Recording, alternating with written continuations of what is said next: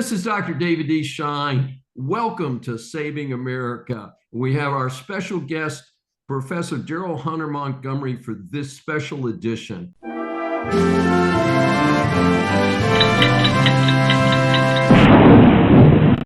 Our series Interviews for Saving America establishes that the world is full of interesting people. Once you hear from my next guest, I am sure that you will agree that he deserves the moniker of interesting person. Professor Montgomery has written 6 books, over 800 articles, and given more than 100 public talks, including keynote addresses throughout the United States. In addition to having taught at Stony Brook and Cooper Union, he's been an independent financial journalist, political consultant, pollster, organizer of the largest investing meetup in the world, and as an expert witness in a Supreme Court reviewed landmark voting rights case. In 2015, he wrote Presidential in Politics, Donald Trump and the 2016 Election. In addition to his book on U.S. politics, Professor Montgomery is the author of seminal 3-volume work, Inflation Investing, A Guide to the 2010s, as well as Inflation Smart, Profitable Investing When Money Devalues. We had to shorten his bio so we would have time for the interview itself. We welcome Professor Daryl Hunter Montgomery for his first appearance on Saving America. It's a pleasure to be here, David. And it's a pleasure to meet you and get a chance to talk with you for our audience. So please tell our audience about your book, Presidential in Politics, Donald Trump and the 2016 Election, and how do you see that tying to the immediate election? Well, it does actually quite well. I wrote this book in 2015, and people have to go back to that time period. People did not think Trump was a serious candidate at all. It was believed it was a publicity stunt. He really wasn't going to run. He would never make it to the primaries even, let alone get the nomination, let alone run for president, let alone become president. Now, I was looking at the trends in American politics, and I said, no, he's likely to win. And I was very much a lone voice in that space.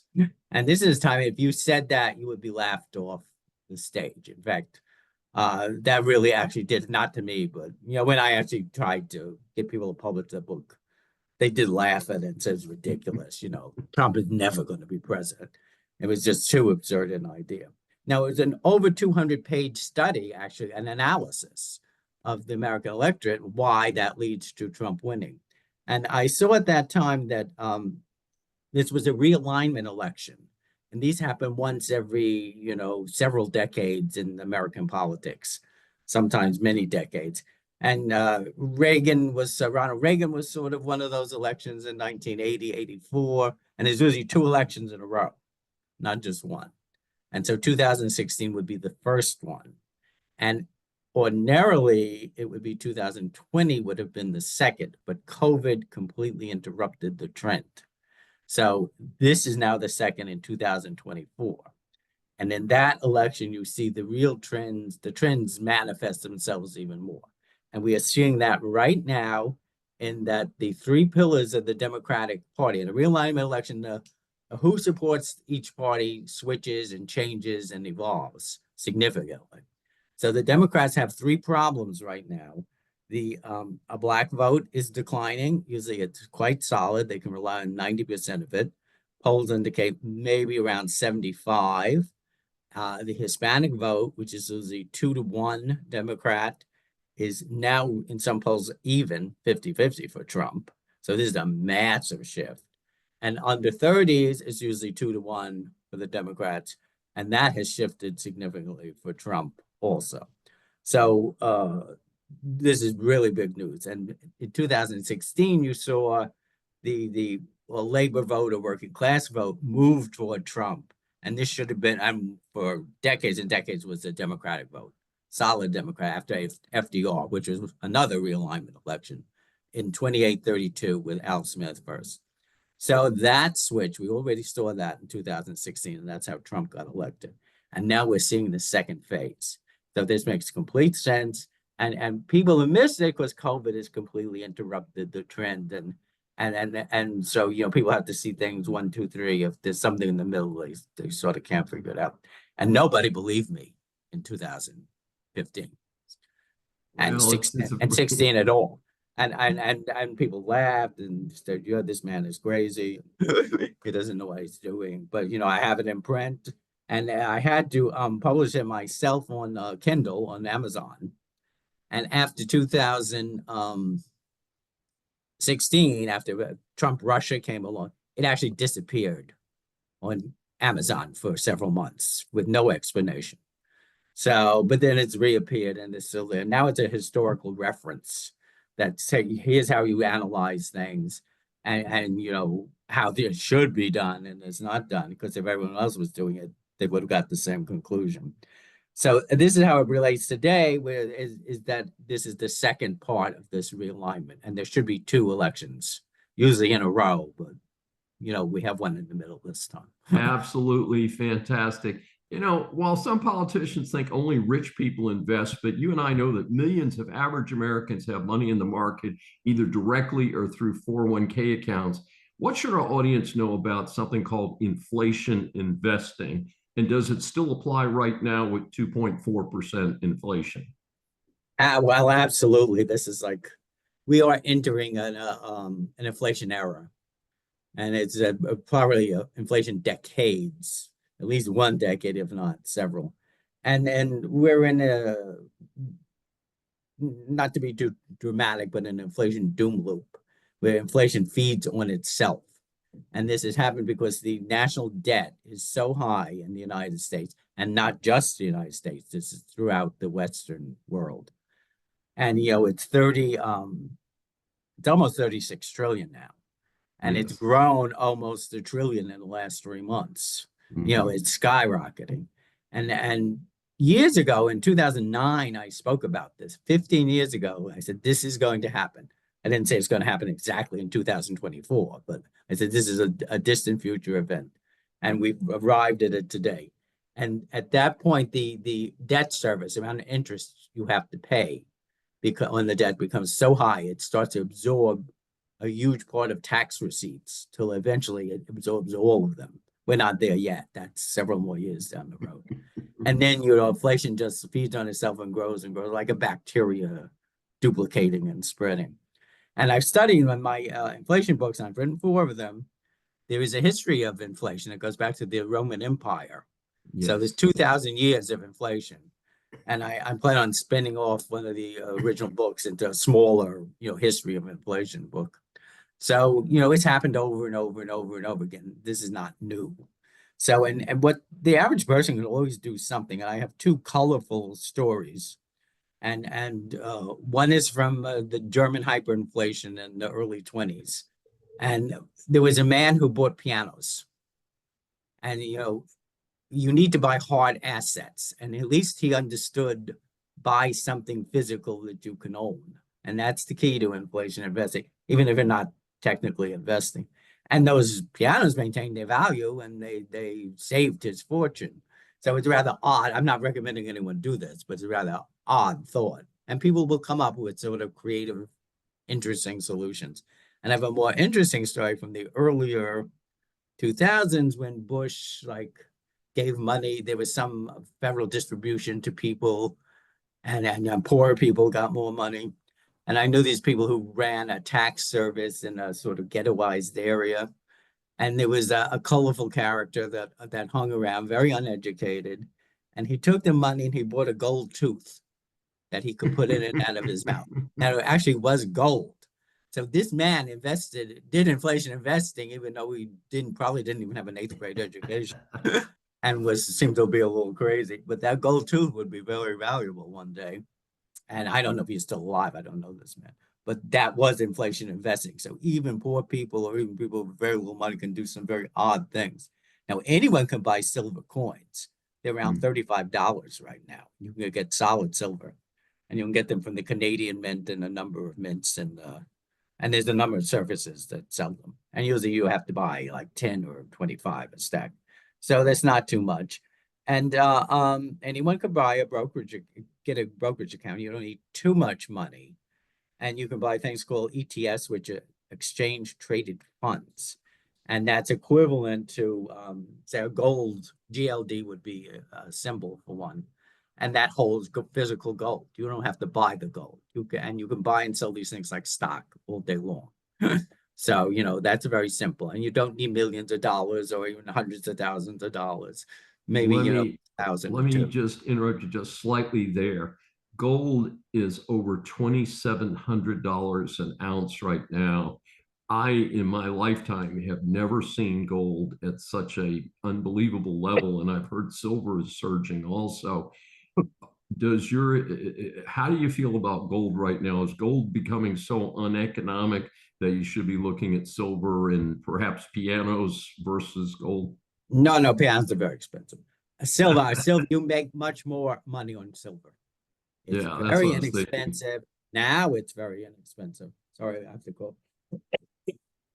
The an invalid can afford $35. I mean, Yes. and usually you have to buy a group. Now Costco actually sells gold right now. Yes, they do.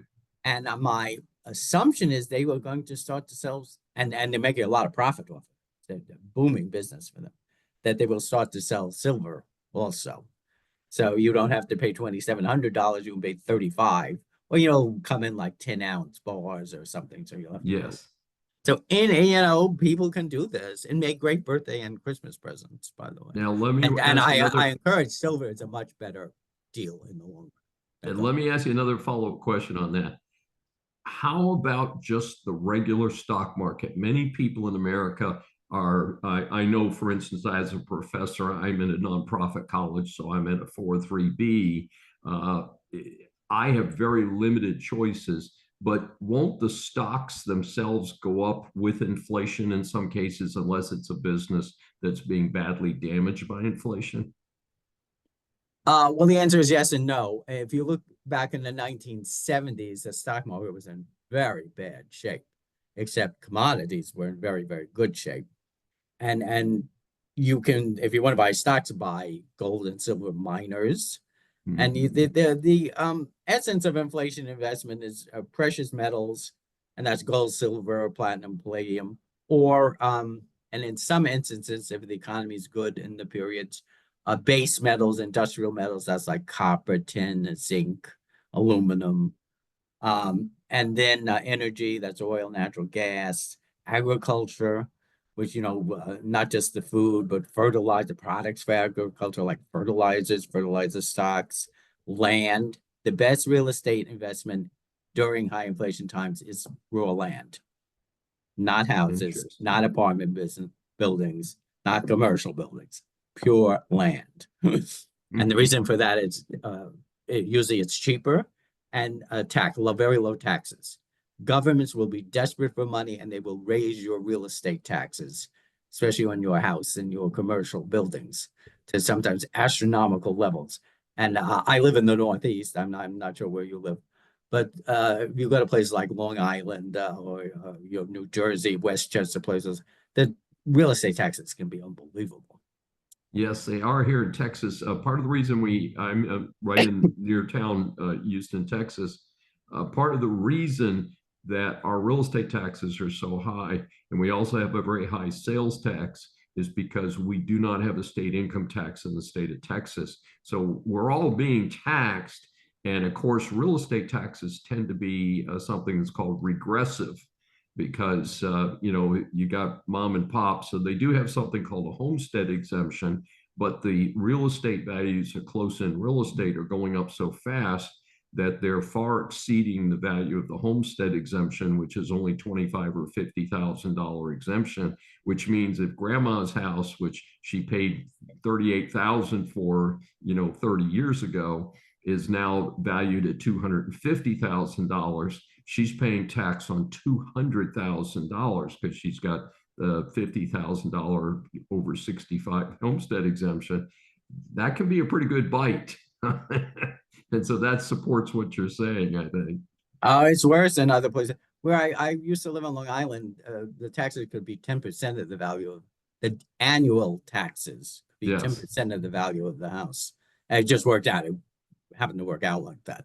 So Yeah, imagine it's that if pretty you, nice. in 10 years, you paid the whole value of your house in Texas. Right. It's some pretty amazing things. Our third question is briefly explain to our audience your theory on the next stage of globalism, global bifurcation. Do you have the title for your book that you are writing on for this hot topic? And tell us a little bit about it. Okay, the title will probably be Global Bifurcation, the Next Stage of Globalism. And Okay. the way this book evolved is about geopolitics, is I was trying to update my inflation work, in my Mhm. books, because I have 4 books and many articles. And all roads led to globalization. Aspects of globalization had tied in with inflation. So I wound up writing a very detailed study on global. I came up with this new theory, global bifurcation is a new theory. So what it means is the world is splitting into 2 semi-autonomous blocks. And I traced the entire 4,500-year history of globalization. People think it was the last 30 years. It goes back to ancient times. So, it's a series, it's just like the economy, a series of expansions, declines, expansions, declines, expansions, declines. And over the long term, the world has become more and more and more globalized. So the expansions have gotten bigger and bigger, and the declines are, not as bad as they were previously. So we're entering a 30, 40-year decline period. And in those decline periods, you have a shift in power. Whatever was the dominant power in the globalized world previously loses its power and a new power rises. So in this case, it's like power, the economy is moving from the west to the east. And then there's a whole number of sub factors attached to it. If you the I call these 2 areas the collective west and the collective east, and neither is completely west or completely east. These are arbitrary names, and a lot of people would call the collective east the globalized south plus Russia and China. It's easy to call it the collective east. So the collective west is the United States, Canada, the EU, the UK, Australia, New Zealand, Japan, South Korea.